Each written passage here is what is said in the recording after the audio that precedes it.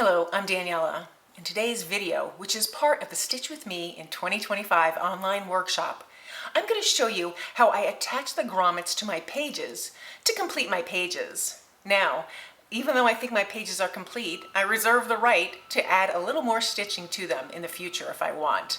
But I just want to show you the process for attaching the grommets so that I can then put them on the book rings to make my completed book. For each page, I have two prompts, a front and a back. I stitch the page together, I add the grommets, and then it's ready to be fed into the book. Now there are different ways that you can embellish the page using ribbon or stitches, or well, anything you really want. You can even draw or paint on the pages. Today I'm focusing on using those grommets and that grommet tool. I'll show you how I use it and just some little tips to use. The main one is to make sure you're using the tool properly so that you set the grommet in the proper position. There are two spots that you can set the grommet, and Murphy's Law, you'll put them in the wrong one, or at least I do. So I'll show you that tip. The second tip is to use gentle pressure. You don't want to overdo it, just gentle pressure. So let me show you my technique. All right, so this is my sample book where I just show you how the pages are going to go together with these book rings, and I can still embellish this further.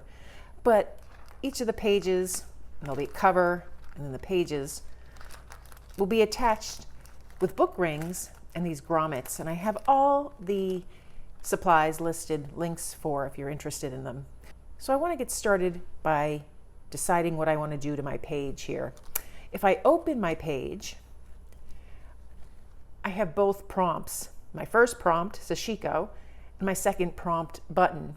And I've created them, and I will link to all the videos below, so that the page, front and back, will look like this.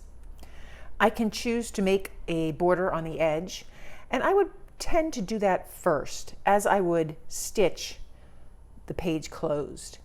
Now for the border, I can just leave this pinked edge in place, or I can add ribbon or trim. For the first page, I'm going to leave it just as it is. If I decide to change my mind and go back, I can always add it as well. It's just easier to do before you stitch it down. The next thing to do would be to stitch around, and I'll just stitch around that page with a running stitch so that it becomes a single page instead of something that flops open. So I've stitched around so that I just have a single page now, front and the back. And I've only stitched around the three sides. The one side with the fold, you can obviously stitch around if you want, but I didn't see a need to. So now I want to make the marks so I know where to put the grommet holes and punch the grommets, and I'll show you how I do that. Now the kit I purchased comes with quite a few grommets, a tool, and a little punch here. This is a very sharp edge blade here. I'll explain to you how they intend to use it, and then I'll show you how I use it. You can choose your gold tone or your silver tone. I'm using silver. And each grommet comes with two parts. This large part that comes in this big bag, and then this little almost flat part. And that goes on top of there with your fabric in between, and then you sandwich this over using the tool. So that's what it looks like from the side. Now let me show you the instructions, and then I'll show you my modified version. Now for the instructions, you're going to pound that hole here. And so you'll need something, a piece of wood or a cutting board or mat, so that you can actually cut through your fabric. And you'll also need a hammer. Before we do that, I take my page. This is the first page, so I know that my grommets are going to go on this side. I have my template with my grommet holes in place. Just because I'm going to be doing multiple pages, I found making that template was easier for me, and I show that in the first video. And then I'm just going to mark here where I want my holes to be. And if it doesn't show up because of that color that I chose, I'll grab another one, another marker here. Okay, so I have where I want my grommet holes to go. And I won't see exactly on the back, but I purposely left the back area blank so that I could put my grommet holes. Now, the intended purpose was to take your fabric, and this is now multiple layers, and so you take your disc, your die here, and you hold it down in place, and then you hammer it quite a bit.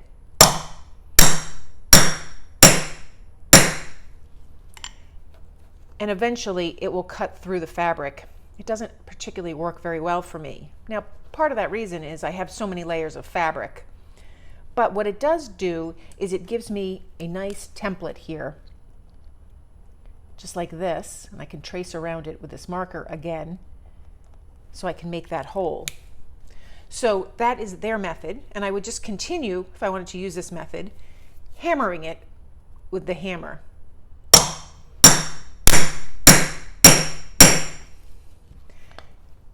Now eventually the fabric starts to come up, and that's fine. I'll finish it this way off screen, and then I'll show you my method down here. So here's the hole that I punched. It took a number of tries, maybe half a dozen more tries, and then I wound up clipping out just some of the edges as all of the areas of fabric didn't get punched. So what I like to do is I take my punch and I hold it down in place, and then I take my pen and then I just create that line around the edge so that I have my circle that I need to remove the fabric from. And then from here, I can just take a scalpel or an X-Acto knife, and I just cut through the fabric. It's not the easiest task. It takes just a lot of repetition. I'll make an X with this X-Acto knife. Again, I'm cutting through so many layers of fabric, it just takes some time. And then I can go in there with a little pair of scissors and just cut layer by layer that circle out. Now I'm making 6 pages throughout the year, plus my cover and back piece. So it is a little bit of work, but I like the results. I liked having that grommet edge. I'll just tidy this up. And so there, I have my 2 holes. And now I can actually start installing the grommets. Now, the tool that came with my kit has this little, really a wire, pretty strong wire. So to release it, because it locks it closed for easy storage, you just gently squeeze the handle, and you can see there's more give on this wire, and then I remove it. And then, as you can see, when it opens up, it really opens up. There are 2 ends to your tool. Let me see if I can make this easier to see. There's one end that has a little divot in it, or a little part that sticks out, and the other end is the opposite. And so when you squeeze them, it goes together. So I'm always going to keep this part that sticks out on the right-hand side for me. What I want to do now is take my book page, and I take the one piece that has the lip, and I'm going to feed that through from the bottom up. And it feeds beautifully through that hole that I opened, that I cut open. Now I'm going to take my tool, and taking the part that goes in, I'm going to set that securely on the bottom of that grommet. It doesn't lock in place, but it sets nicely that I can't move it.